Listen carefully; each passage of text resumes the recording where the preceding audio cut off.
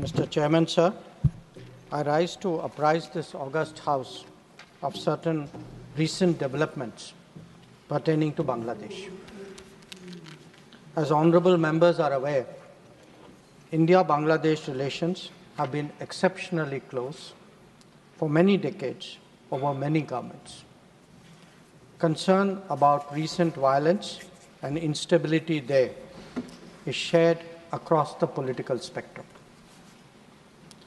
Since the election in January 2024, there has been considerable tension, deep divides, and growing polarization in Bangladesh politics. This underlying foundation aggravated a student agitation that started in June this year. There was growing violence, including attacks on public buildings and infrastructure, as well as traffic and rail obstruction. The violence continued through the month of July. Throughout this period, we repeatedly counseled restraint and urged that the situation be diffused through dialogue. Similar urgings were made to various political forces with whom we were in touch.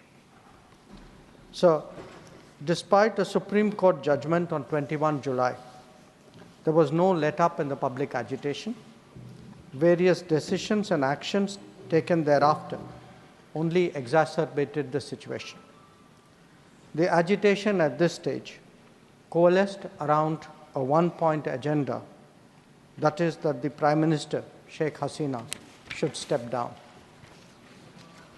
On 4th August, events took a very serious turn. Attacks on the police, including police stations and government installations, intensified even as overall levels of violence greatly escalated. Properties of individuals associated with the regime were torched across the country. What was particularly worrying was that minorities, their businesses and temples also came under attack at multiple locations. The full extent of this is still not clear. Sir, on 5th August, demonstrators converged in Dhaka despite the curfew. Our understanding is that after a meeting with leaders of the security establishment, Prime Minister Sheikh Hasina apparently made the decision to resign. At very short notice, she requested approval to come for the moment to India. We simultaneously received a request for flight clearance from Bangladesh authorities. She arrived yesterday evening in Delhi. The situation in Bangladesh, sir, is still evolving. The Army Chief, General Waqar-uz-Zaman, addressed the nation on 5th August. He spoke about assuming responsibility and constituting an interim government. We are in close and continuous touch with the Indian community in Bangladesh through our diplomatic missions. There are an estimated 19,000 Indian nationals there, of which about 9,000 are students. The bulk of the students, however, have already returned to India in the month of July on the advice of the High Commission.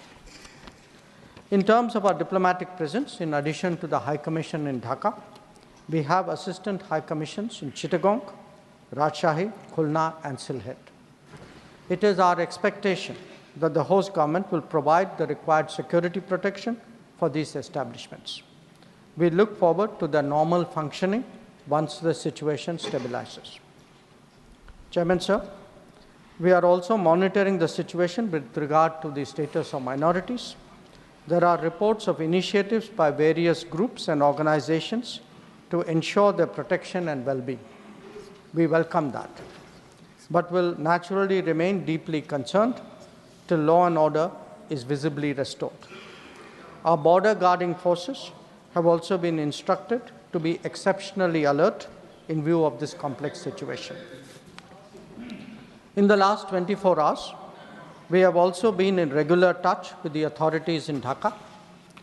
This is the situation as of now. I seek the understanding and support of the House in regard to sensitive issues regarding an important neighbor on which there has always been strong national consensus. Thank you.